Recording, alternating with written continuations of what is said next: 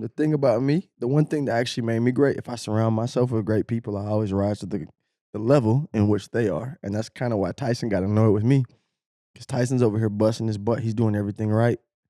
And like from time to time, I'm hot and cold. So when he's doing things really right, I'm like, oh, I got to make sure I stay on top of it and do what I'm supposed to be doing. And I'd run really fast. And then there'd be times where I'm like, nah, this car and this motorcycle is more important. And then you'd see things waver off. Yeah, man. I think the you and the Tyson dynamic was definitely good for both of you to train better, to be as fast as you were coming out of college. But I think a lot of people they misunderstand Tyson and how like mentally focused he was, bro. Like I know Tyson outside of like just being a track star. Like I see him every now and then, and I call him every now and then and just chat with him. But his mental focus was top notch. Like people don't think that, they think like, oh yeah, he just but he that dude. Like if you talk to him outside the track, he'd be like, man, I'll whoop his ass. Like he'll talk like that, but like nobody know he talk like that though. Because they don't know he speaks. Like I'll just be honest, when we were younger, like so Tyson and I, like I'm not gonna say we were the best of friends. We weren't enemies, but like we coexisted. Yeah. So I'm a kid, and I'm about to say he's a bit older than I am, so he's a lot more mature. And that younger brother is just annoying as hell. And I'm about to say he probably wouldn't categorize it as younger brother, but I'll say that for today. So I know I got on his nerves a lot, and I'm about to say, but I definitely learned. So you watch Tyson, his mentality, Coach Brahman as well. I mean, I'll call Coach Brahman's first guinea pigs. Like I think he learned how to do a lot of the things that he's doing today based off of the work that he did with us. I'm about to say he's mastered it now, taking it to a whole new level. But as far as Tyson, he's disciplined, he's rigid, he's doing anything that's supposed to be done. And Coach Brahman's like in his hand, like holding his hand, he's there. And then he'll come be like, oh yeah, Wallace, hey, go run fast. It's no knock to him, but like that's all I needed. Yeah, that's literally all I needed. But then you go watch and like, oh, you and Tyson are best friends. Like, And I'm about to say, but I didn't understand it when I was young. I get it now. And by all means, like you watch those dynamics, you see a lot of these kids right now. Like if you go back and you look at the greats, like, you had Justin and you had Leonard, or you had Wallace Green and you had Otto, or you had Michael Johnson and the whole Tom Tellez group, Carl Lewis. Exactly. Yeah. And you see some people who like, I want to do it by myself. So for me, like I don't really feel like that works. So yeah, we had him and then we had Omar Brown. I know you all know him, Veronica Campbell. Oh yeah, Brown's man. Omar husband. Brown, shout out to Omar. Yeah. And I'm gonna tell you right now, that man right there, that's a bad man. You want to talk about me having talent? My brother. Omar Brown and Xavier Carter are literally in the same. Omar's like that. We're going to get to that Xavier in a few minutes, though. Yeah. Omar's like that, though, that for sure. dude was a metronome. I'm going to tell you right now.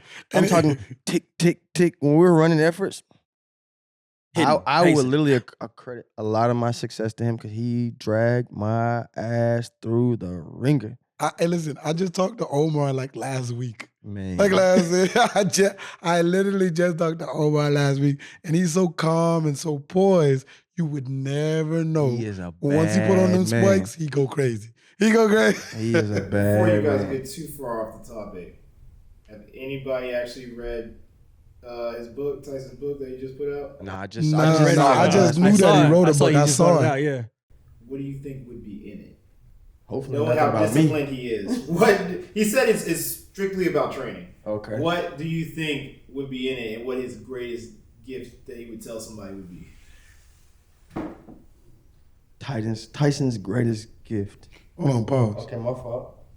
For anybody that could guess that voice on this episode, we'll send you a Ready, Set, Go t-shirt to your house in the comments. You got to guess who that voice is. We won't show his face or who he is, but if you could guess that voice, we'll send you a Ready, Set, Go podcast I'm going to give you a t-shirt. hint. No hints. I'm going to give you a hint. It's not Usain Bolt. I think they can tell by the accent.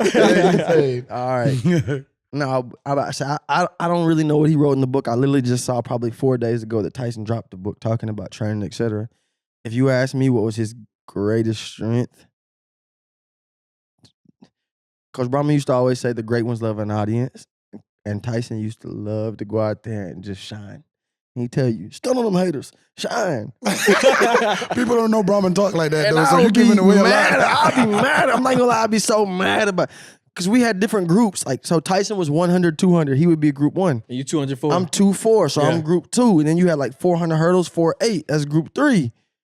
So all of our base is semi-different.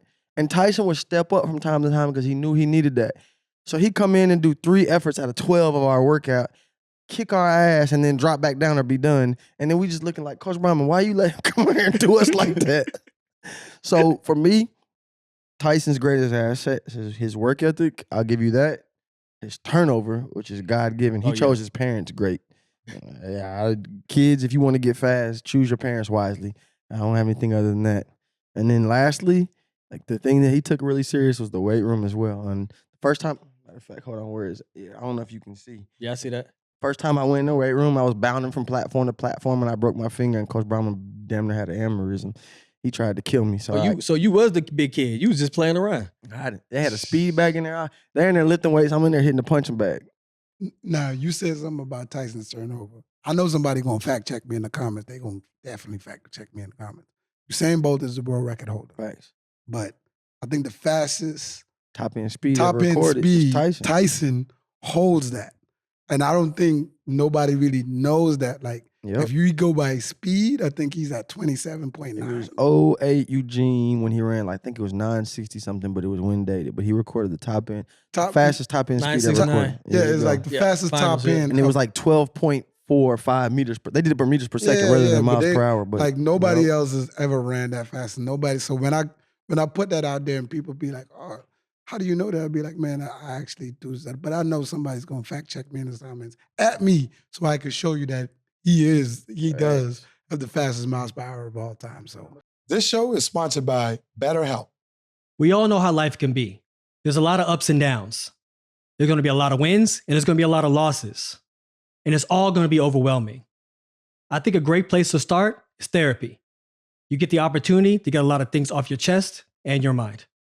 Therapy has definitely been beneficial for me.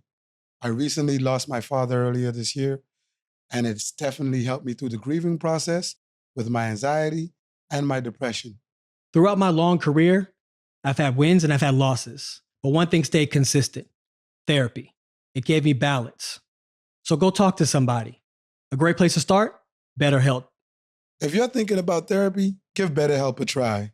It's entirely online, designed to completely fit your schedule and be flexible for you. Just like Rod said, all you got to do is fill out a brief questionnaire. It'll match you up with a licensed therapist. And if that therapist doesn't fit you, you can change with no additional charge.